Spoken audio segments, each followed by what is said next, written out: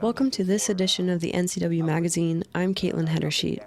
On this episode, we take a closer look at the field sobriety test with the Wenatchee Police Department. My head says, wow. Field sobriety tests can be refused, but that refusal can be used against a suspected DUI driver in the courtroom. Wenatchee Police Detective Steve Evitt begins this episode by taking us step-by-step through each of the field tests. And at this point, the person has been asked to get out of the car and because there is a definite indication, whether it's speech, whether it's what they're saying, whether it's how they're acting, whether it's their driving, or most likely a combination of all that. I've said, hey, would you, I think that you're impaired. Would you be willing to do some field sobriety tests, which are voluntary? And normally people would say, yes, sure, because they want to prove that they're not intoxicated. That's a very common theme, not the only, but a common one. And so the first one that I want to do is I want to check your eyes. Do you wear contacts or glasses? Sometimes wear glasses. Sometimes you wear glasses? I wear them to drive. Okay, so not required for driving, okay. And then if that person indicates, well, I usually have or whatever, then I can say, well, can you see the tip of my pen? And that, if they say yes, then it doesn't matter if they wear. But we ask that question about the contacts or glasses just so that there's no question of, well, my client later on, my client couldn't see your, okay. Well, they said they could. That's why we go through all of that. So first thing I need you to do before I do that is go ahead and put your feet together, heels and toes touching. Let your arms hang naturally down by their side, and just stay in that position while I do I do the test. I need you to keep your eyes on the tip of my pen. Watch the pen. I'm going to move it from side to side in front of your face, and I want you to follow it as I do that, keeping your head still. Do you understand that? Yeah. Okay. And at this point, based on studies, the distance from eye to the tip of the pen has to be between 12 and 15 inches. I'm bladed a little bit because of officer safety issues. Normally there's going to be somebody with me, but if it's a deputy who works way out in Okanagan County, Douglas County, they might be by themselves. So I'm not just performing trying to administer the field sobriety test, but I'm also trying to keep an eye on your arms and legs, and this gives me the greatest advantage, as far as that goes. So watch the tip of the pen. I'm move it side to side. And the first thing here I'm looking at is I'm checking that his pupil sizes are equal. That could indicate, especially if there's a collision at this particular incident, and he has a head injury, pupil sizes might be different, large to small or whatever. But if there's something wrong with his eyes, I'm hopefully going to see that initially. I'm also watching to see if he's tracking with the tip of my pen okay.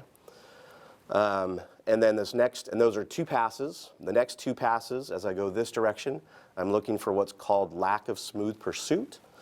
And lack of smooth pursuit is an involuntary movement of the eyes. It's often called it looks like a billiard ball rolling across a piece of glass or pane of glass or something like that. It's just it's a natural movement that is produced by CNS depressants, alcohol, a few other drugs as well, but definitely with alcohol. So that's what I'm looking for in those last two passes. Now I'm going to hold here.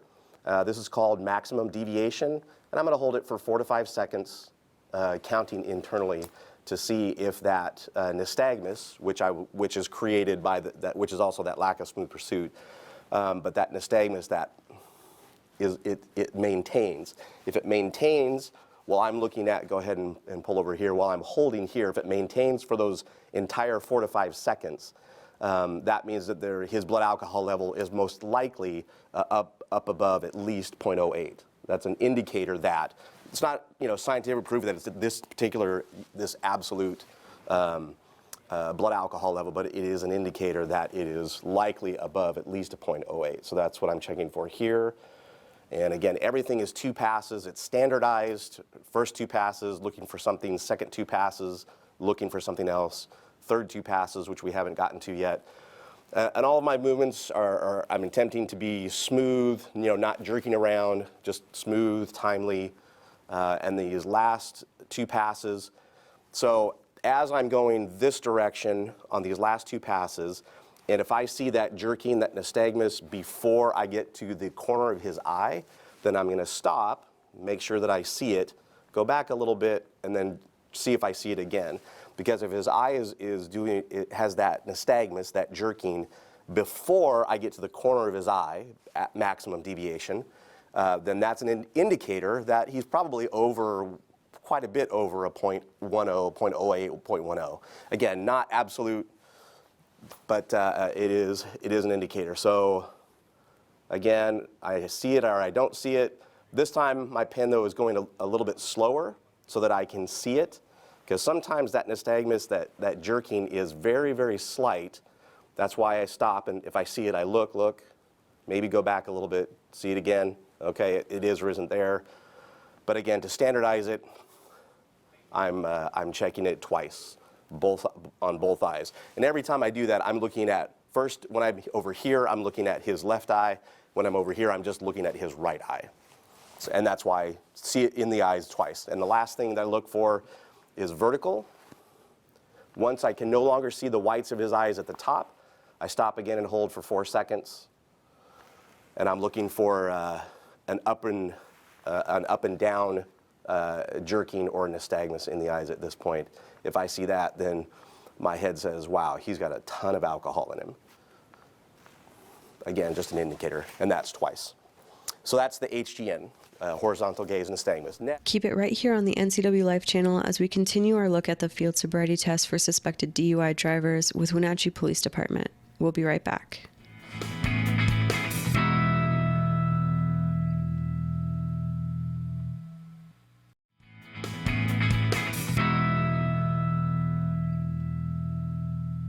Welcome back to the NCW Magazine. Wenatchee Police Detective Steve Evitt continues his demonstration of the field sobriety test. Next, then I would do the walk and turn, and I would ask, do you have any physical impairments, anything that would keep you from walking or standing normally? No? Okay. So the first thing I'd like you to do is to put your left foot, there's 2 lines there, pick one, it doesn't really matter which one. Put your left foot on the line, and then take your right foot, put your right heel touching your left toe. Go ahead and put that on the line. Stand. Keep your arms down at your side, and stay in this position while I give you the instructions. And I don't want you to start until I tell you to. Do you understand that? And the reason I ask him, do you understand that, is because that's actually a clue that we're looking for as far as the totality of this particular test goes. And so if I don't ask that question, I can't really count it as a clue. So when I tell you to begin, I want you to take 9 heel-to-toe steps forward on that line, turn around, and then take 9 heel-to-toe steps back. And when I say heel-to-toe steps, what I mean is every step your heels and toes should touch, okay? While you're walking, I want your arms down at your side. I want you to watch your feet, and I want you to count your steps out loud. Now, the turn, I would like to be very specific, so I'm going to demonstrate that for you. So you're going to be walking down the line, 1, 2, 3. I'm only going to take 3 steps, but I want you to take 9. Once you get to that 9th step, plant the ball of your foot on the line, take a series of small steps just like I did, and then continue back down the line, 1, 2, 3, again, until you get to the 9th step. The last instruction, once you start the test, I don't want you to stop. Do you understand all the instructions? Yeah. Any questions at all? Nope. Go ahead and begin. 1, 2, 3. And as he's doing the test, I'm watching for how he's counting. I'm watching whether or not he's looking at his feet, whether his arms are down by his side or raises them. I'm looking for the gaps. By the standard, if there is a gap of more than a ½ an inch between any particular step, that would be considered a clue and part of the overall determination. And go ahead and turn back around and face me. All part of the determination of whether or not he is intoxicated. There are 8 total clues in the walk and turn, and in order to determine or give us an indication that he's probably intoxicated, I would need to see 2 clues, at least 2 clues out of those 8. More often than not, there's 3 or 4. And part of that is not just is he balanced, can he walk, but can he follow instructions? Because there's a lot of instructions there. And the more intoxicated we get, the less we're able to concentrate and take in all the information or quite a bit of information and actually produce it. So his his walking, his heels and toes could be touching very, very well, but he's forgetting about his arms, or he's not looking at his feet, or he's not counting his steps out loud. So that's part of the determination. Just because he's not necessarily losing his balance all over the place doesn't mean that he's not impaired or that I'm not seeing something else that would indicate that. So next, then I would have him is the one leg stand test, and then I would have you go ahead and put your feet together again, heels and toes touching just like mine are. Let your arms hang naturally down at your side. And again, I want you to stay in this position while I give you the instructions, and I don't want you to start doing anything until I tell you to. Do you understand that? Okay. So when I tell you to begin, I want you to raise one leg, either leg, it doesn't matter, approximately 6 inches off the ground with your toe parallel to, or your foot parallel to the ground, keeping your legs straight, both your legs straight, and your arms down at your side. While you have your foot raised, I want you to count out loud, 1001, 1002, 1003, and continue to count until I tell you to stop, okay? Any questions about that? No. And then I would take my phone out, put my timer up, and go ahead and begin. 30 seconds. 1001, 1002, 1003, 1004. And again, I'm looking for instructions. Is he looking at his foot? If sometimes people aren't watching their foot, I say, go ahead and look at your foot. Or if their legs aren't straight like I asked, I say, go ahead, straighten your legs, as I mentioned before already, that kind of thing. Go ahead and put your foot down. And then I would last for 30 seconds. And my observations on that would be, again, raising of the arms. If he had to put his foot down and pick it back up. If some people, they hop to try to maintain their balance, that's considered a clue. And then as well as not the arms necessarily, which could also be, but also sway. So moving from side to the upper body just to maintain balance. But again, it's also one of those tests that we are trying to see if there is a comprehension. That's why they're called divided attention tests, not balance tests, because we're looking at your balance as well, but your divided attention, can you understand all of the instructions and then perform them, okay? And then again, as a DRE, after the person would be under arrest, they would come to the police station or the jail, or depending upon where is the most convenient. And then I would do those 3 tests again, not in that particular order, in a different order. And then there are a couple of other tests that I would do. We'll be right back for our final segment of this episode of the NCW Magazine with Wenatchee Police Detective Steve Evitt on the Field Sobriety Test.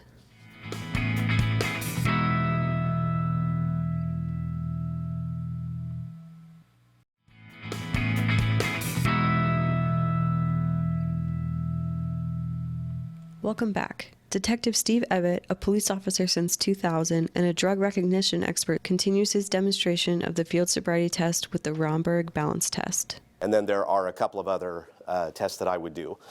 And the first one is called Romberg balance. And again, I would instruct, go ahead and put your feet together, heels and toes touching. Let your arms hang naturally down at the side. And I want you to stay in that position while I give you the instructions, and I don't want you to start doing anything until I tell you to. Do you understand that? So when I tell you to begin, I'm going to have you tilt your head back, close your eyes, and then I want you to estimate the passing of 30 seconds. And when you think that 30 seconds is up, I want you to tilt your head forward, open your eyes, and say stop. Any questions about that? No. Okay. And so I then go ahead, and I would have my phone out, counting for 30 seconds, and they're counting. I'm trying to see how long it takes them, but I'm also looking at, does he have tremors? Eyelid tremors are an indicator sometimes of marijuana, not always, but sometimes. Leg tremors, those have different indicators for different types of drugs. And then whether or not sometimes, because I don't tell people to count out loud, sometimes they do. And so that's not a clue, but it's an observation. Again, that might be an indicator of impairment. And then 30, okay? I wasn't checking, so you're good to go, I'm sure. But then I would ask how much time, or I would say, what did you count to? And the person tells me whatever they count to.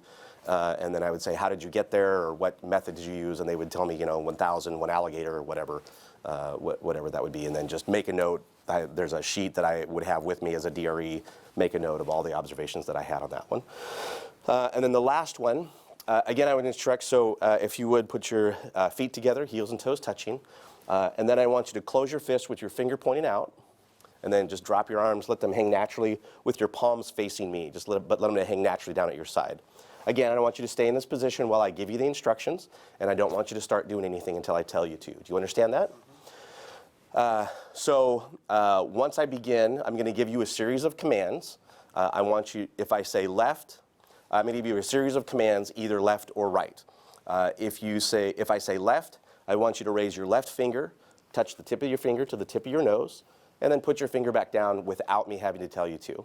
If I say right, same thing, I want you to touch the tip of your finger to the tip of your nose, and then put it back down without me having to tell you to. Just for clarification, this is the pad of your finger, this is the tip. And then also, I'll have you tilt your head back and close your eyes before I give you the instruction of left or right, okay? Any questions about the instructions? Okay. Go ahead and tilt your head back and close your eyes. And again, I'm observing tremors, sway, any other indicators, eyelids, what are they doing? Noticing the color of his face, any kind of other indicators for other drugs, twitching. I mean, drugs do different things to different people, as far as outward manifestations. So then I would say left, and then I would observe whether or not the person, how quickly the arm came up, went down. A lot of people do a lot of searching. Oh, there it is. Most people use their pad. I don't know why that is, but most people use their pad, not the tip. Again, observation, right. Tip of the finger, tip of the nose, left, right, right, left.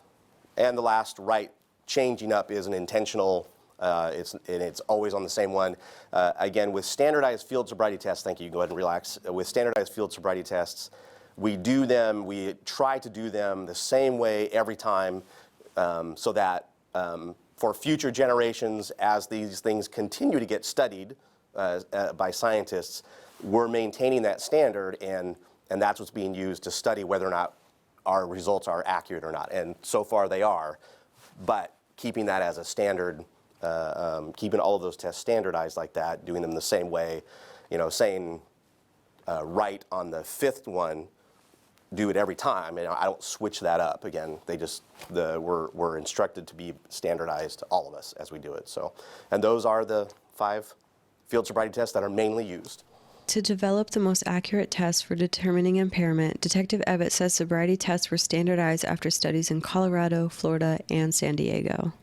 So I've been a police officer since 2000, and a DRE, a drug recognition expert, which incorporates a more intense memorization and practice of those field sobriety tests, and then an SFST instructor since 2010.